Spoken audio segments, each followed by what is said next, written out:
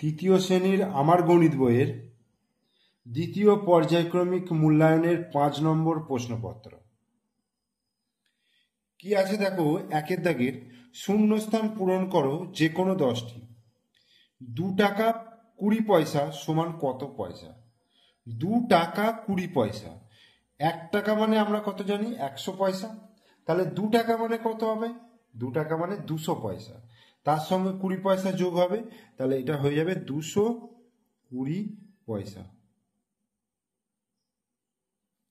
ভাগশেষ সর্বদাই ভাজকের থেকে কি হয়ে যাবে?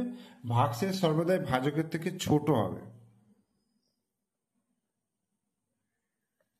জোড় সংখ্যা সর্বদাই ড্যাশ দ্বারা বিভাজ্য। জোড় সংখ্যা সর্বদাই 2 দ্বারা বিভাজ্য। বিয়োগ প্রক্রিয়ার বিপরীত প্রক্রিয়া হলো যোগ। 504 পয়সা সমান কত টাকা কত পয়সা? 504 পয়সা, 100 পয়সা মানে 1 টাকা, তাহলে 500 পয়সা কত হবে? 5 টাকা আর 4 পয়সা। 3টি 4-এর গুণফল কি হবে? 3 4 12, তা কিন্তু নয়। 3টি 4-এর গুণফল 4 গুণিত 4 গুণিত 4, অর্থাৎ 4 4 16, 4 16 64।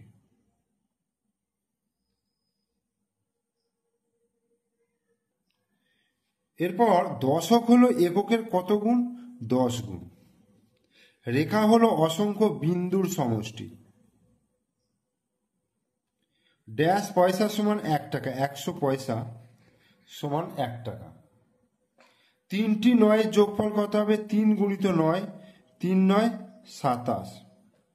21 থেকে 6 কবার বিয়োগ করা যায়? 6 যদি নামতা পড়ি, 6 1 6, 6 2 12, 3 6 18, 4 6 24, তাহলে বেশি হয়ে যাচ্ছে, তাহলে 3 বার।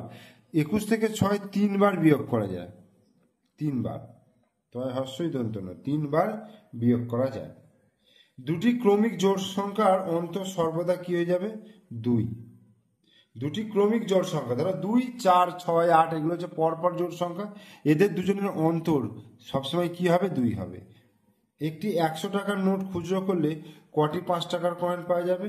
20টি 5 টাকার কয়েন পাওয়া যাবে, কারণ 20কে 5 দিয়ে গুণ করলে 100 পেয়ে যাব। তাহলে একের দাগের অঙ্কগুলো হয়ে গেল। এরপর আমি চলে আসছি 2-এর দাগে। বলছে নির্দেশ মতো উত্তর দাও।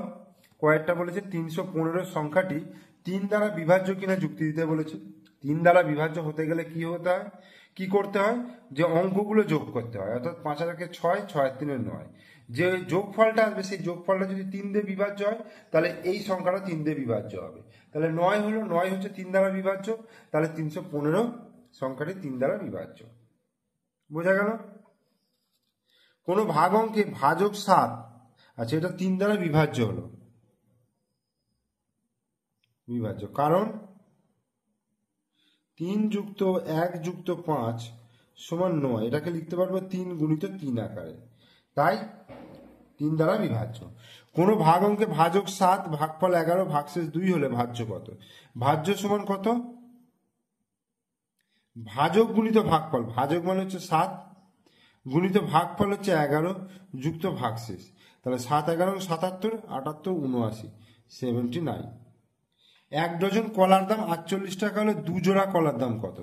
1 ডজন কলা, 1 ডজন মানে 12টা, 12টা কলার দাম 48 টাকা, তাহলে একটা কলার দাম কত হবে?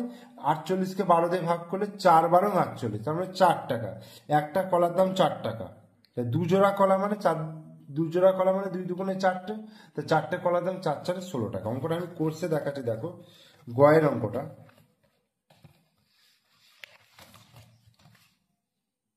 দেখো 1 ডজন কলা,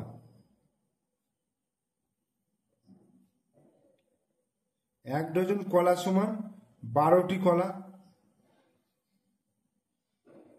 12টি কলা, তাহলে 12টি কলার দাম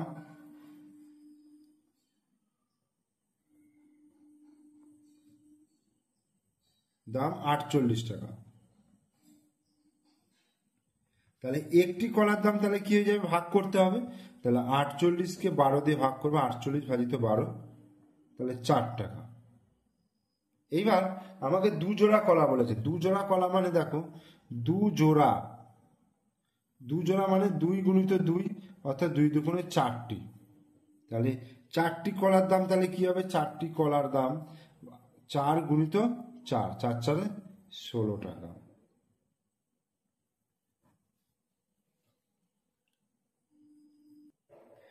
বিজোড় সংখ্যা কাকে বলে? উদাহরণ দাও। ঠিক আছে, বিজোড় সংখ্যা যে সমস্ত সংখ্যার এককের ঘরের অঙ্ক 1 3 5 7 9 থাকবে তাদের বিজোড় সংখ্যা বলে। অথবা এভাবে বলতে পারো যে যে সমস্ত সংখ্যাকে 2 দিয়ে ভাগ করলে ভাগশেষ 1 থাকবে সেই সমস্ত সংখ্যাগুলোকে বিজোড় সংখ্যা বলে। যেমন 5 11 এরকম সংখ্যা। তাহলে যে সমস্ত সংখ্যাকে 2 দিয়ে ভাগ করলে ভাগশেষ থাকবে তাদেরকে বলা হচ্ছে বিজোড় সংখ্যা, অর্থাৎ 2 দ্বারা বিভাজ্য নয় এরকম সংখ্যাই হচ্ছে বিজোড় সংখ্যা। উমায়টা বলছে তোমাদের শ্রেণীতে প্রত্যেক ছাত্রীকে 4টি করে কেক দেওয়া হলো, মোট 400টি কেক দেওয়া হলো, তাহলে তোমাদের শ্রেণীতে কতজন ছাত্রী আছে? তাহলে 400খানা কেক দেওয়া হয়েছে, 4টে করে কেক দেওয়া হয়েছে। তাহলে 400কে যদি আমি 4 দিয়ে ভাগ করি, দেখো 4 1 4 0, 4 0 0 0, 4 0 0, তাহলে 100। তাহলে কতজন তোমাদের শ্রেণীতে কতজন ছাত্রী আছে? 100 জন। 5টি ক্রমিক বিজোড় সংখ্যার সমষ্টি 635 সংখ্যা 5টি নির্ণয় করতে বলছে। 5টি ক্রমিক বিজোড় সংখ্যার সমষ্টি 635 হলে সংখ্যা 5টি কিভাবে নির্ণয় করব? কিভাবে বার করব? প্রথমে দেখো 635 তো সংখ্যার সমষ্টি বলেছে, আমি 635কে 5 দিয়ে ভাগ করলাম। তাহলে 5 1 5 হলো, 1 3 13, 5 দুগুণে 10 হলো, 3 5 5 7 35, তাহলে কত হলো? 127। তাহলে 127 হলো মাঝের সংখ্যাটা। তাহলে তার আগের সংখ্যাটা কত হবে? 125। তার আগেরটা কত হবে? 123। ঠিক আছে, আর এখানে 127-এর পরে 129 হবে, 131 হবে। ঠিক আছে, তাহলে 123 125 127 129 131 এই 5টাই হয়ে যাবে ক্রমিক সংখ্যা, ক্রমিক বিজোড় সংখ্যা। 3 অঙ্কের ক্ষুদ্রতম জোড় সংখ্যা, 3 অঙ্কের ক্ষুদ্রতম জোড় সংখ্যা হচ্ছে 100। 3 অঙ্কের ক্ষুদ্রতম জোড় সংখ্যা, কারণ এর থেকে কমালে কত হয়ে যাবে? সেটা 2 অঙ্কের হয়ে যাবে। আর 2 অঙ্কের বৃহত্তম জোড় সংখ্যা 98, কারণ এর বেশি নিলে জোড় সংখ্যা তখন সেটা 100 হয়ে যাচ্ছে। এদের দুজনের পার্থক্য চেয়েছি, তাহলে 98 99 100 2 হয়ে যাবে এদের দুজনের পার্থক্য। এরপরে 3-এর দাগের দেখো, 3-এর দাগের কি বলেছে? নির্দেশ মতো উত্তর দাও। তোমার কাছে 650 টাকা ছিল, তুমি বাজারে গিয়ে 100 টাকার খাতা, 70 টাকা 50 পয়সা দিয়ে একটি পেন কিনলে, আর 25 টাকা দামের একটি প্লেট মোমো খেলে এবং 200 টাকার একটি জামা কিনলে। তোমার মোট কত টাকা খরচ হলো আর কত অবশিষ্ট থাকবে? তাহলে প্রথমে মোট কত টাকা খরচ হলো বার করবো। দেখো কত টাকা খরচ হলো, দেখো 100 টাকার খাতা, খাতা হচ্ছে 100 টাকা, পেন 70 টাকা 50 পয়সা, মোমো প্লেট মোমো 1 প্লেট মোমো খেলে মোমো 25 টাকা, আর 200 টাকার জামা, জামা হচ্ছে 200 টাকা। তাহলে মোট খরচ এখানে 50 পয়সা, এখানে 7, আচ্ছা এখানে 5 হচ্ছে, 7 আর 2 9 হচ্ছে, আর 2 আর 1 3, 395 টাকা। 395 টাকা 50 পয়সা মোট খরচ হচ্ছে। এবার 650 টাকা মোট ছিল, সেখান থেকে 395 টাকা 50 পয়সা মাইনাস হচ্ছে। তাহলে এইটাকে কাটলে 649 টাকা হচ্ছে, এখানে আমি 100 পয়সা নিলাম।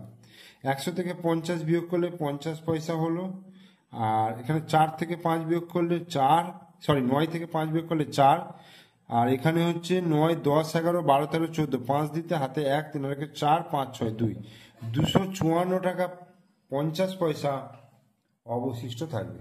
তাহলে এটা হচ্ছে মোট খরচ, আর অবশিষ্ট হচ্ছে 254 টাকা 50 পয়সা।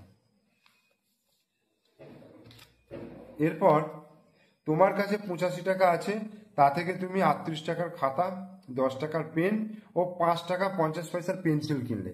এখন তোমার কাছে কত টাকা রইল? তাহলে কত টাকা খরচ হলো আগে দেখে নি। 38 টাকা কি আছে? 38 টাকার খাতা। আচ্ছা, পেন হচ্ছে 10 টাকা, আর কি আছে? পেন্সিল 5 টাকা, পেন্সিল হচ্ছে 5 টাকা 50 পয়সা। তাহলে মোট দেখো এদিকে 50 পয়সা, 8 আর 5 13, 3 হাতে 1, 3 আর 4, 5, 53 টাকা মোট খরচ। 53 টাকা 50 পয়সা মোট খরচ, 53 টাকা 50 পয়সা। আর আমার কাছে ছিল কত? 85 টাকা। তাহলে বিয়োগ করব 53 টাকা 50 পয়সা। তাহলে এইটা কাটলে 84 হচ্ছে, আর এখানে 100 পয়সা নিলাম। 100 থেকে 50 বিয়োগ করলে 50 পয়সা হলো, আর এখানে 3, 4, 1, 5 আর 3, 8, 31 টাকা 50 পয়সা আমার কাছে পড়ে রইল। গুণনকে স্থানীয় মানে বিশ্লেষণ করে গুণফল নির্ণয় করতে বলছে। 387 গুণিত 2। দেখো 387 গুণিত 2, 387 গুণিত 2, ঠিক আছে। তো 387টাকে যদি ভাঙি, 380 আর 7, আর 2 দিয়ে যদি গুণ করি, দেখো 300কে 2 দিয়ে গুণ করলে 600 হলো, 80কে 2 দিয়ে গুণ করলে 8 দুগুণে 16, 160 হলো, 7কে 2 দিয়ে গুণ করলে 7 দুগুণে 14। তাহলে যোগ করলে 600, 160 আর 14, 4, 6 রেখে 7, 6 রেখে 7, 774, 774 হলো। ভাগ না করে নিচের সংখ্যাগুলি কোন কোন সংখ্যা দ্বারা বিভাজ্য তা লিখতে বলছে। 2 দ্বারা বিভাজ্য জোড় সংখ্যাগুলো দেখো, 208 হচ্ছে, 848 হচ্ছে, 582 হচ্ছে, 234 হচ্ছে, 150 হচ্ছে। এগুলো সবই 2 দ্বারা বিভাজ্য। আর 3 দ্বারা বিভাজ্য, 8 আর 2 10, এটা হবে না। 5 আর 3 8 আর 9, এটা হবে 135। 8 আর 16, 17, 18, 19, 20, এটাও হবে না। 8 আর 2 10 আর 5 15, এটা হবে 3, 5, 15। এটা 2, 3, 4 মানে 4 আর 3 7, 8, 9, এটাও হবে 234। আর 5 আর 1 6, এটাও হবে 3 দ্বারা বিভাজ্য। এবার কি বলেছে? 4 দাগের বৃত্ত কাকে বলে? ছবি সহ বর্ণনা করো। আর 5 দাগের চতুর্ভুজ কাকে বলে? ছবি সহ বর্ণনা করো। বৃত্ত দেখো, একটা বিন্দুকে কেন্দ্র করে এই যে এইভাবে যখন টানবো, এটা হচ্ছে একটা বৃত্তর ছবি আসছে, এবং এই প্রত্যেকটা বিন্দুর দূরত্ব কি হচ্ছে? এই কেন্দ্রবিন্দু থেকে সমান দূরত্বে অবস্থিত, ঠিক আছে। এটাকে বৃত্ত বলা হচ্ছে। আর চতুর্ভুজ হচ্ছে এরকম 4টে বাহু দ্বারা গঠিত বদ্ধ সমতলিক চিত্রকে চতুর্ভুজ বলা হচ্ছে।